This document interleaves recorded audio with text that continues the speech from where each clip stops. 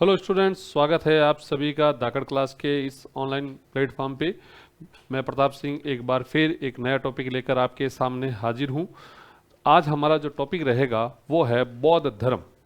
और बौद्ध धर्म की जो स्थापना की थी वो गौतम बुद्ध ने की थी। गौतम बुद्ध एक राजकुमार थे और उन्होंने अपना सारा राजपाट सांसारिकता को छोड़ करके संन्यास को अपनाया था। ठीक है, वैराग्य के जीवन को अपनाया था। ये वह समय था जब वैदिक कर्म कांड बहुत अधिक बढ़ गए थे। मनुष्य को जन्म से लेकर मृत्यु तक कर्म कांडों में बांध दिया गया था। उस समय गौतम बुद्ध ने लोगों के लिए एक सिंपल सरल सादा धर्म चलाया था और वो उस समय काफ़ी लोकप्रिय भी हुआ था। ठीक है, तो अपन इसमें एग्जाम से संबंधित जो फैक्ट पूछे जाते हैं तो वो उसकी चर्चा करेंगे। और इसमें आपके देखिए बौद्ध धर्म से संबंधित जो प्रश्न पूछे जाते हैं एग्जाम में, वो एक तो गौतम बुद्ध की जीवनी के बारे में और दूसरा जो बौद्ध संगीतियाँ हुई थी उनके बारे में प्रश्न बनते हैं। ठीक है, तो शुरुआत करते हैं क्लास में। अपन सबसे पहले चर्चा करेंगे गौतम बुद्ध की जीवनी के बारे में कि भाई बौद्ध धर्म जो चलाया था महात्मा बुद्ध ने चलाया था, तो उनकी जीवनी से संबंधित क्या क्या फैक्ट है एग्जाम के पॉइंट ऑफ व्यू से वो अपन चर्चा करेंगे। ठीक है, तो देखिए गौतम बुद्ध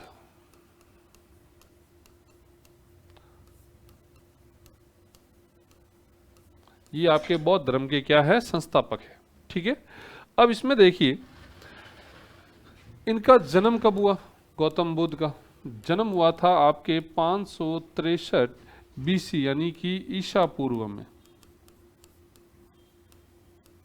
ठीक है, ईसा पूर्व में जन्म हुआ था।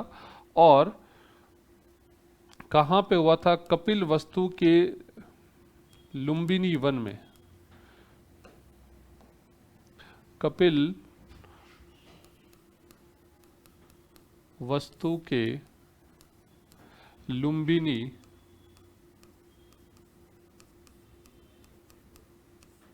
वन में हुआ था।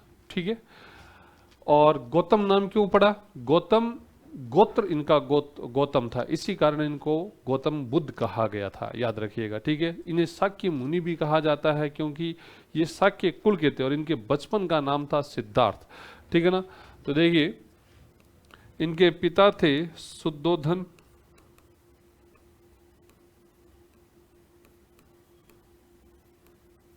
ठीक है ना, ये शाक्य कुल के राजा थे। शाक्य कुल के क्या थे, राजा थे। और इनकी जो माता थी वो आपकी महामाया थी। और वी माता या मौसी कह लीजिए आपकी, वी माता स्टेप मदर, जो इनकी मौसी भी थी,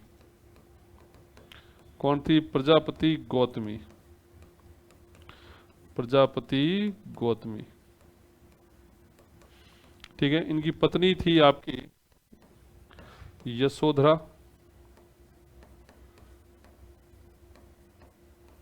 और इनके पुत्र हुआ था आपके राहुल। ठीक है, पुत्र कौन हुआ, राहुल। इनका घोड़ा था आपके कंथक। और जो सारथी थे वो थे छंदक। ठीक है, और इनके गुरु की अगर अपन बात करें कि गुरु कौन थे, पहले गुरु थे आलार कलाम। आलार ये सांख्य दर्शन के थे। और दूसरे गुरु बनाए उद्रक रामपुत को। उद्रक रामपुत को गुरु बनाया था। ठीक है, अब देखिए हुआ क्या, स्टोरी क्या है, ये तो हो गया फैक्ट जो अपने को याद रखने के, पिता कौन थे, माता कौन थी। एक आप नोट कर लीजिए, बचपन का नाम क्या था इनके, सिद्धार्थ था। ठीक है, बचपन का नाम सिद्धार्थ।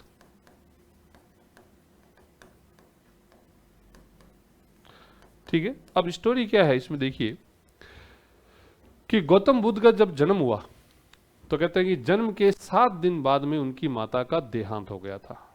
ठीक है, तो अब इनके जो पिता थे, इनके पिता ने भाई थोड़ा बहुत मन में बहम बैठ ही जाता है कि भाई ऐसे पुत्र का जन्म हुआ है, जन्म होते ही पत्नी का सर्ववास हो गया, आगे और क्या क्या अनहोनी लिखी है। तो पहले के लोग आपको पता ही है थोड़ा बेमिले स्वभाव के होते ही थे, ठीक है, डाउटफुल रहते ही थे।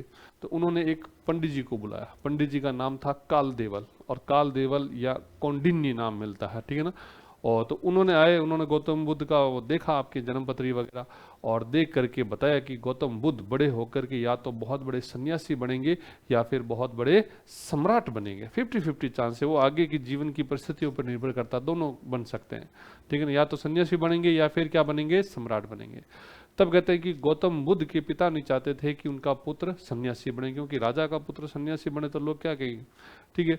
तो कहते हैं कि गौतम बुद्ध के पिता ने अपने पुत्र के लिए एक बहुत बड़ा महल बनाया, और उस महल में कहते हैं कि तमाम ऐशो आराम की चीजें उनके लिए उपलब्ध करवाई, ताकि उनका बेटा ये जो भोग विलास है, ये जो मोह माया है, उसमें डूबा हुआ रहे, मतलब इनका आदी हो जाए, इनके बिना रहने के बारे में सोचे ही ना, ठीक है। आज बचपन से ही बच्चे को सारी फैसिलिटीज दी जा रही है, वो बच्चा बचपन से ही उनका एडिक्टेड है, और बाद में बोले कि क्या तू खेतों में काम कर, तो वो पॉसिबल नहीं होगा, ठीक है। तो गौतम बुद्ध को भी बचपन से ही ऐसो आराम में रखा गया, इन सभी चीज़ों का आदी बनाया गया, ठीक है।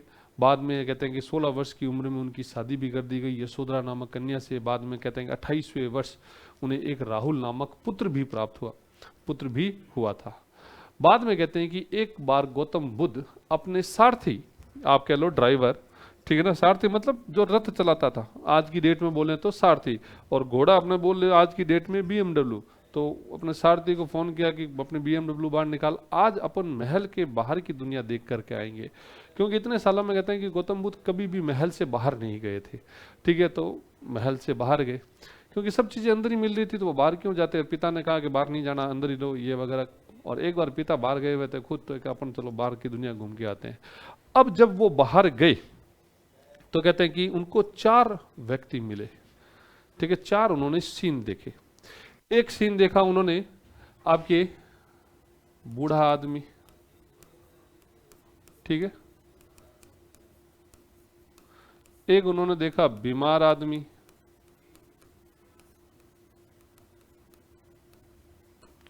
फिर उन्होंने देखा एक मृत आदमी, और फिर आपके एक देखा सन्यासी। ये 4 सीन देखने का उल्लेख मिलता है, और ये किसमें मिलता है, मध्यम निकाय में। ये सारे सीन जो देखने का उल्लेख मिलता है मध्यम निकाय के अनुसार, ये इन्होंने 4 सीन देखे थे, ठीक है। ये चीज हो गई। अब गौतम बुद्ध महल से बाहर गए तो पहला व्यक्ति कौन दिखा, बूढ़ा आदमी। उन्होंने अपने सारथी से पूछा कि ये कौन है, कि भाई ये बूढ़ा आदमी, एज जब ज्यादा हो जाती है तो बूढ़ा हो जाता है। फिर नेक्स्ट के बीमार आदमी, कि ये बुढ़ापे की निशानी के व्यक्ति को बीमारियां घेर लेती है। तीसरा देखा कि सीन देखा उन्होंने, जो कि एक मृत व्यक्ति है पड़ा हुआ, और उसके चारों तरफ उसके परिजन जो हैं वो विलाप कर रहे हैं, ठीक है ना। तो गौतम बुद्ध ने ये, और फिर एक सन्यासी बाबा को देखा कि वो अपने एक पेड़ के नीचे बैठे हैं, प्रवचन दे रहे हैं, और कोई टेंशन नहीं। अब गौतम बुद्ध ने जो चीज अनुभव की वो क्या था, कि ये जो 3 व्यक्ति थे जो सांसारिकता से जुड़े हुए थे, उन्हें किसी ना किसी चीज का दुख था। हर व्यक्ति को कोई ना कोई दुख था, किसी ना किसी कारण से दुखी है। आज अपन रहते भी हैं सांसारिकता से जुड़े हुए हैं, कोई के मम्मी नाराज हो जाएगी, कोई पापा नाराज हो जाएगा, मामा नाराज हो जाएगा, कोई मौसा करेगा तो फूफा, किसी को नौकरी की, किसी को घर की, किसी को किस्तों की। हर व्यक्ति को कोई ना कोई झंझट है ही, दुख है ही, क्योंकि सभी की अपनी अपनी इच्छाएं हैं। और बौद्ध धर्म में कहते हैं कि भाई ये इच्छा ही हमारे दुख का कारण है। और जिस व्यक्ति ने इस संसार का त्याग कर दिया है, सन्यासी बन गया है, उसे किसी चीज का कोई दुख नहीं कि कितनी कट ऑफ जाएगी, क्या मेरिट रहेगी, नंबर आएगा कि नहीं आएगा। सन्यासी जीवन, मस्त जीवन। तो गौतम बुद्ध ने कहा कि अपन तो ये बड़ा कोर्स ज्वाइन करेंगे। और उसी रात कहते हैं कि गौतम बुद्ध ने घर छोड़ दिया था। क्या कर दिया था, घर छोड़ दिया था, और अलार कलाम को अपना गुरु बनाया। उनसे सांख्य दर्शन की शिक्षा ली, बाद में उद्रक रामपुत से शिक्षा ली, और 6 साल की तपस्या के बाद में उन्हें ज्ञान प्राप्त हुआ था। क्या प्राप्त हुआ, ज्ञान प्राप्त हुआ था। और बाद में उन्होंने एक बौद्ध संघ स्थापित किया, और फिर कहते हैं कि बौद्ध धर्म का प्रचार करते हुए 80 वर्ष की आयु में उनकी क्या हो गई, मृत्यु हो गई, ठीक है। तो इसमें देखिए, तो ये 4 व्यक्तियों का जो सीन देखने को मिलता है, ये हमें कहाँ मिलता है, आपके मध्यम निकाय में, ठीक है। फिर आगे देखिए, ये आपके गौतम बुद्ध के ज्ञान प्राप्ति की जो घटना है, ठीक है ना। अब गौतम बुद्ध के जीवन से आपके कुछ शब्दावलियां पूछी जाती है, ठीक है ना। वो देखिए,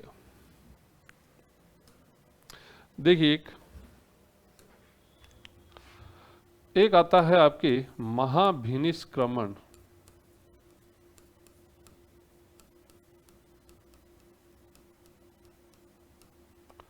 महाभिनिष्क्रमण, महाभिनिष्क्रमण क्या है? आपके गृह त्याग की घटना है, गृह त्याग की घटना है। और गृह त्याग जो किया था वो उन्होंने किया था 29 वर्ष की आयु में। कितने वर्ष की उम्र में किया था? 29 वर्ष की आयु में किया था, ठीक है। याद रखिएगा, गौतम बुद्ध ने जो गृह त्यागा है उस घटना को क्या बोलते हैं? आपके महाभिनिष्क्रमण कहा जाता है, ठीक है। और 29 वर्ष की उम्र में गृह छोड़ा था, ठीक है। और एक पॉइंट और याद रखिएगा कि गौतम बुद्ध का जन्म हो, ज्ञान की प्राप्ति हो या मृत्यु हो, तीनों ही आपके वैशाख पूर्णिमा के दिन हुआ, ठीक है ना। तो गौतम बुद्ध के जन्म की बात करें, चाहे अपन ज्ञान प्राप्ति की बात करें या उनकी मृत्यु की बात करें, तो तीनों ही जो घटना हुई है वो आपके कब हुई है? वैशाख पूर्णिमा को हुई, ठीक है ना। इसीलिए इसको बुद्ध पूर्णिमा भी कहते हैं या पीपल पूर्णिमा भी कहते हैं, ठीक है। ये चीज हो गया। तो गौतम बुद्ध ने वो 4 सीन देखे, 4 सीन देखने के बाद में उन्होंने उसी रात्रि कहते हैं कि अपना घर छोड़ दिया था, संसार त्याग दिया था और वैरागी जीवन, सन्यासी जीवन को अपना लिया था। और गृह त्यागने की जो घटना है वो आपकी क्या कहलाती है? महाभिनिष्क्रमण कहलाती है, ठीक है। फिर आगे देखिए, अब आती है ज्ञान प्राप्ति की घटना। क्या आती है? ज्ञान प्राप्ति की जो घटना है उसे कहते हैं संबोधि।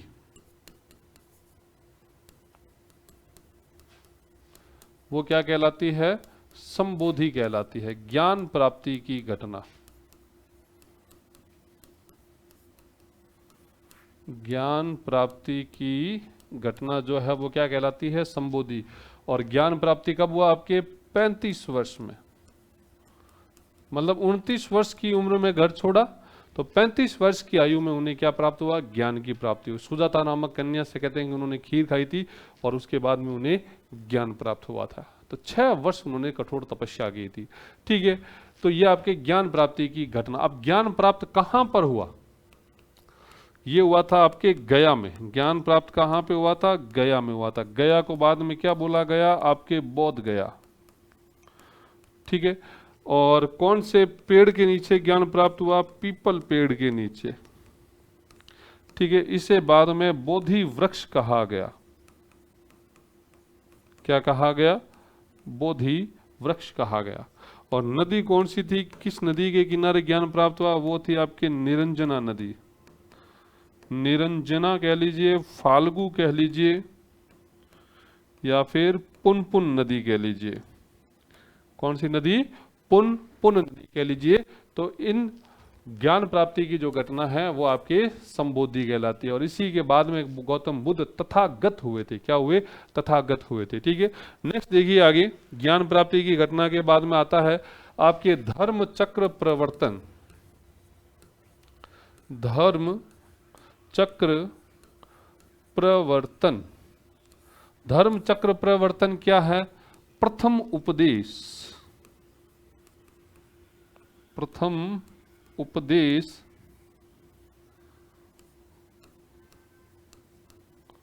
देने की घटना, ठीक है। प्रथम उपदेश उन्होंने अपने 5 ब्राह्मण साथियों को दिया था सारनाथ के अंदर, जो उन्हें छोड़ करके चले आ गए। क्योंकि गौतम बुद्ध शुरुआत में चावल और तिल खाते थे, बाद में उन्होंने वो भी खाना छोड़ दिया था, ठीक है। और जब सब कुछ खाना पीना छोड़ दिया था, कहते हैं कि उनका शरीर काफी दुर्बल हो गया था। और एक दिन वो अपनी तपस्या में लीन थे और कहते हैं कि वहां से महिलाओं की एक टोली निकली और वो एक महिलाएं गीत गा रही थी, जिसका सार ये था कि वीणा के तारों को इतना ना खींचो कि वो टूट जाए और इतना ढीला भी मत छोड़ो कि उनसे स्वर ना निकले। तो गौतम बुद्ध ने उस गीत के भावार्थ को समझा और बाद में मध्यम मार्ग अपनाया। मध्यम मार्ग क्या था? ना तो ज्यादा कष्ट देना है और ना ही ज्यादा आराम देना है, मध्यम मार्ग को अपनाना है, ठीक है। इसे ही बौद्ध धर्म में अष्टांगिक मार्ग कहा जाता है। क्या कहा जाता है? अष्टांगिक मार्ग या मध्यम मार्ग कहा जाता है, ठीक है।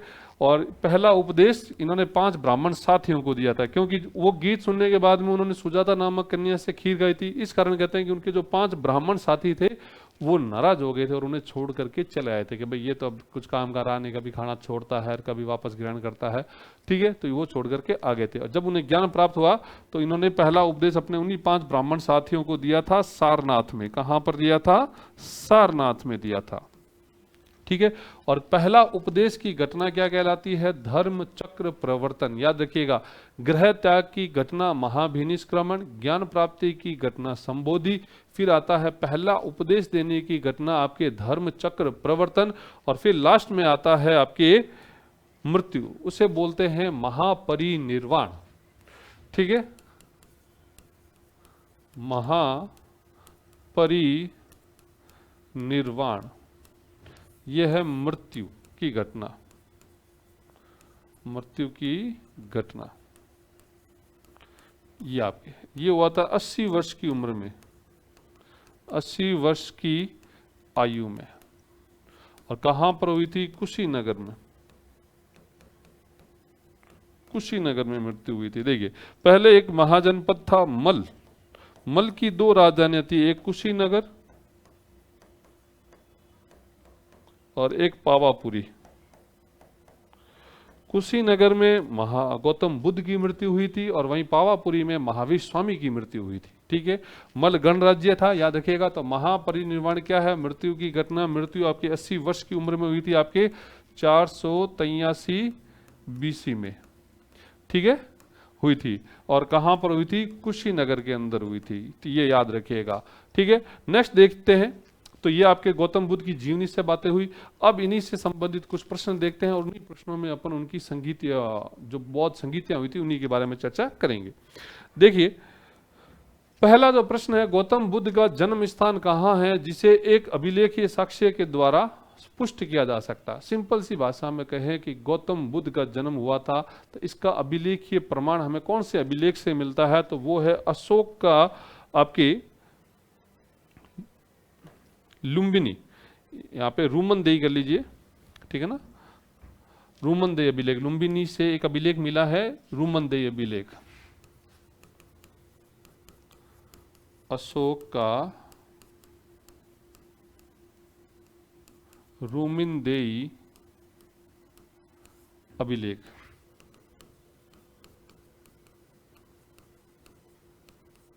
ठीक है ना। और इससे आपके बुद्ध के जन्म का अभिलेखीय प्रमाण मिलता है।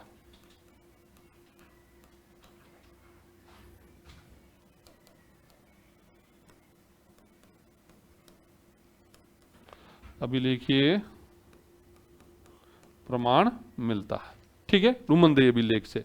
और रूमनदेही अभिलेख आपके मौर्यों के बारे में, मौर्यों की अर्थव्यवस्था के बारे में जानकारी देने वाला एकमात्र अभिलेख है, ठीक है। जितने भी अशोक के अभिलेख हैं उनका सबका विषय प्रशासनिक है, लेकिन ये रूमनदेही अभिलेख एक अभिलेख है जिसका विषय आर्थिक है। इससे जानकारी मिलती है कि अशोक ने लुम्बिनी में कर की दर को 1/6 से घटा करके 1/8 कर दिया था, ठीक है। अगला प्रश्न देखिए हमारा, निम्नलिखित में से कौन सा नाम बुद्ध का दूसरा नाम नहीं है? बुद्ध के नाम देखिए, एक तो इनके बचपन का नाम क्या हो गया? सिद्धार्थ हो गया, ठीक है। तथागत, ज्ञान प्राप्ति के बाद में बुद्ध क्या कहलाए? तथागत कहलाए।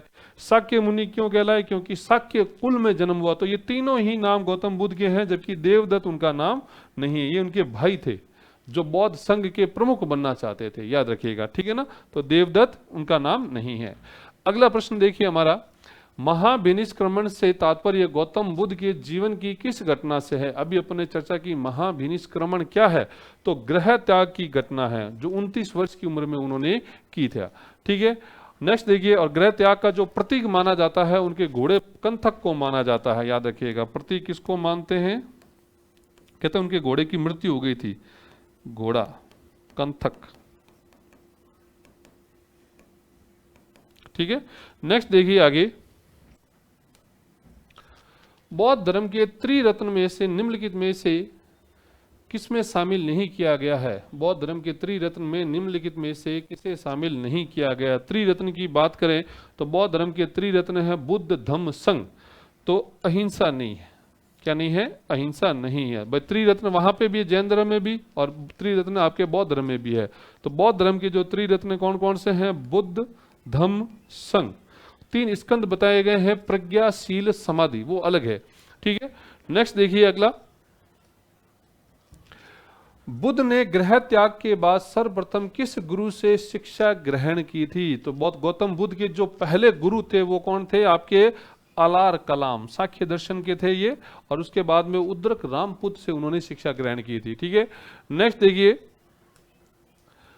बौद्ध संघ में प्रवेश करने वाली प्रथम महिला कौन थी? बौद्ध संघ में प्रवेश करने वाली जो प्रथम महिला थी वो आपके प्रजापति गौतमी थी। उनकी वी माता, जिन्होंने उनका पालन पोषण किया था गौतम बुद्ध का। क्योंकि गौतम बुद्ध की जो माता थी महामाया, तो बस कहते हैं कि जन्म के 7 दिन बाद ही उनका देहांत हो गया था। तो गौतम बुद्ध का जो पालन पोषण किया गया था वो उनकी वी माता या मौसी प्रजापति गौतमी ने किया था। और गौतम बुद्ध ने अपने प्रिय शिष्य आनंद के कहने पर बौद्ध संघ में महिलाओं को प्रवेश दिया था, और बौद्ध संघ में प्रवेश करने वाली जो पहली महिला थी प्रजापति गौतमी थी। ठीक है, नेक्स्ट देखिए आगे। गौतम बुद्ध ने अपने सर्वाधिक उपदेश किस स्थान पर दिए थे? गौतम बुद्ध ने अपने सर्वाधिक जो उपदेश दिए हैं वो कहां पे दिए? श्रावस्ती में दिए थे। कहां पर दिए थे? श्रावस्ती में दिए थे। नेक्स्ट देखिए अगला जो सवाल है हमारा, बुद्ध ने अपना अंतिम उपदेश कहां पर दिया था? अपना जो अंतिम उपदेश दिया था वो वैशाली में दिया था, सुभद्र को दिया था। अंतिम उपदेश किसको दिया था? सुभद्र को दिया था। नेक्स्ट देखिए अगला, बौद्ध धर्म का मूल आधार क्या है? बौद्ध धर्म का मूल आधार क्या है? आपके 4 आर्य सत्य। क्या है? 4 आर्य सत्य। पहला आर्य सत्य क्या कहता है कि पूरा संसार दुखमय है। हर व्यक्ति जो इस संसार से जुड़ा हुआ है उसको, सभी को किसी न किसी चीज का दुख है, दुखी है वो। दूसरा दुख का कारण है। क्या है? दुख समुदाय। पहला हो गया दुख, दूसरा है दुख समुदाय, यानी कि दुख का कारण है। और दुख का कारण क्या है? हमारी इच्छाएं, हमारी महत्वाकांक्षाएं, हमारी विशेष, हमारे ड्रीम्स। ये हमारे दुख का क्या है? काश ऐसा होता था, ऐसा हो जाता, ऐसा होता था, ऐसा हो जाता, लेकिन ऐसा होता नहीं। ठीक है, तीसरा कारण है दुख निरोध। दुख को समाप्त कर सकते हैं। और उसका चौथा है उसका दुख निरोध गामिनी प्रतिपदा, यानी कि वो मार्ग भी उपलब्ध है। उस मार्ग पे चल करके हम दुख को समाप्त कर सकते हैं। और बौद्ध धर्म में कहा गया अष्टांगिक मार्ग का अनुसरण करके, मध्यम मार्ग का अनुसरण करके हम बुद्ध आपके दुख को क्या कर सकते हैं? दूर कर सकते हैं। ठीक है, नेक्स्ट देखिए आगे। और याद रखिए, जैन धर्म हो बौद्ध धर्म हो, इन दोनों में ही मोक्ष के लिए तृष्णा शब्द का प्रयोग किया गया है। किसका? तृष्णा शब्द का प्रयोग किया गया है। तृष्णा का मतलब होता है बुझना। क्या होता है? बुझना। और बुझना किसका? हमारे मन में इच्छा रूपी अग्नि का बुझना। तृष्णा रूपी अग्नि का बुझना ही क्या है?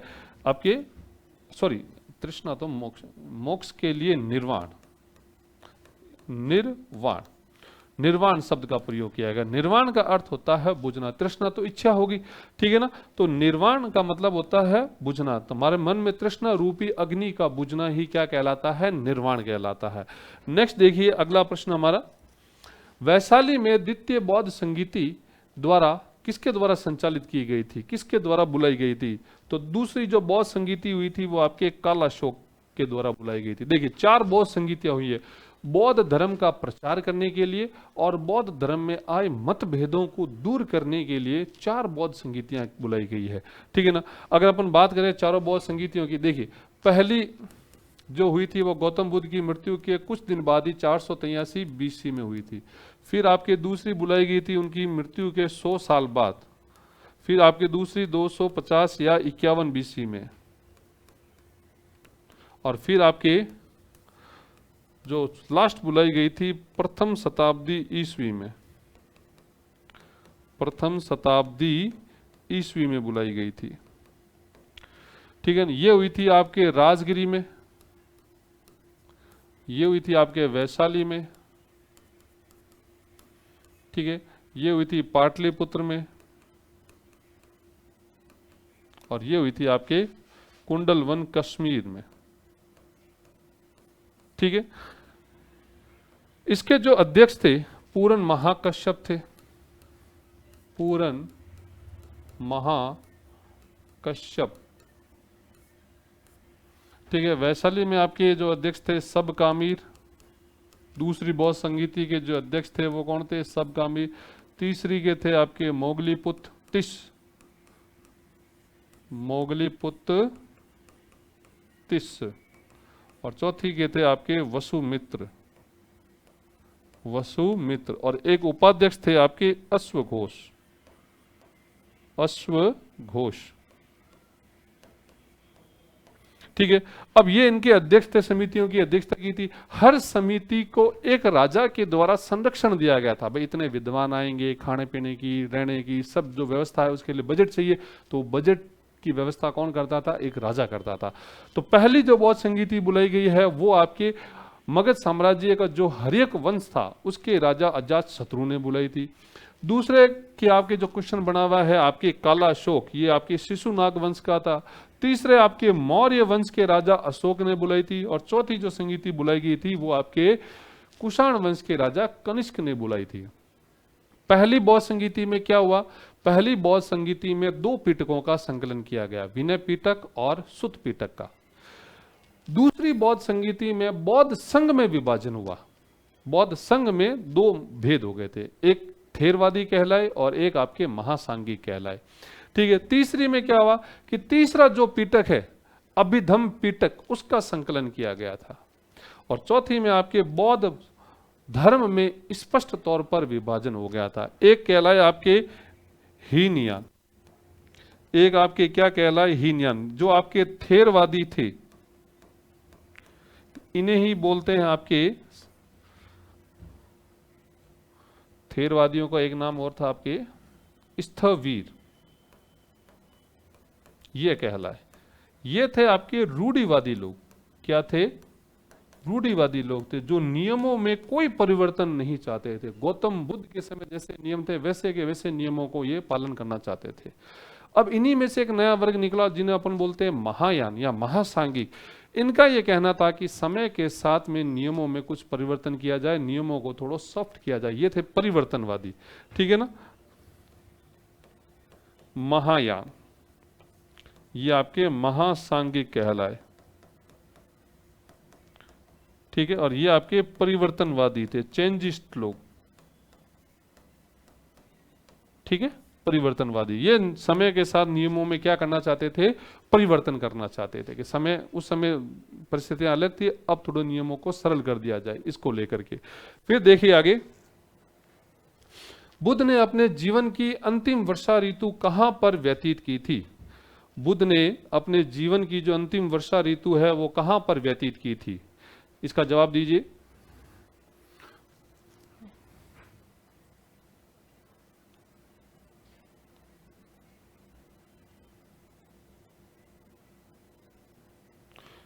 ये वैशाली में व्यतीत की थी। कहां पर व्यतीत की थी? वैशाली। सर्वाधिक उपदेश आपके श्रावस्ती में दिए थे और अंतिम जो वर्षा ऋतु है आपके कहां पर? वैशाली में। और मृत्यु हुई थी उनकी कुशीनगर में। और वो जो पहला उपदेश दिया था वो कहां पे दिया था? सारनाथ में दिया था। फिर देखिए, किस शासक के समय में बौद्ध धर्म स्पष्ट दो संप्रदायों में विभाजित हो गया था? ठीक है, तो वो आपके किसके समय? कनिष्क के समय। कनिष्क के समय चौथी बौद्ध संगीति हुई थी और इस चौथी बौद्ध संगीति में बौद्ध धर्म आपके स्पष्ट तौर पर दो भागों में बट गया।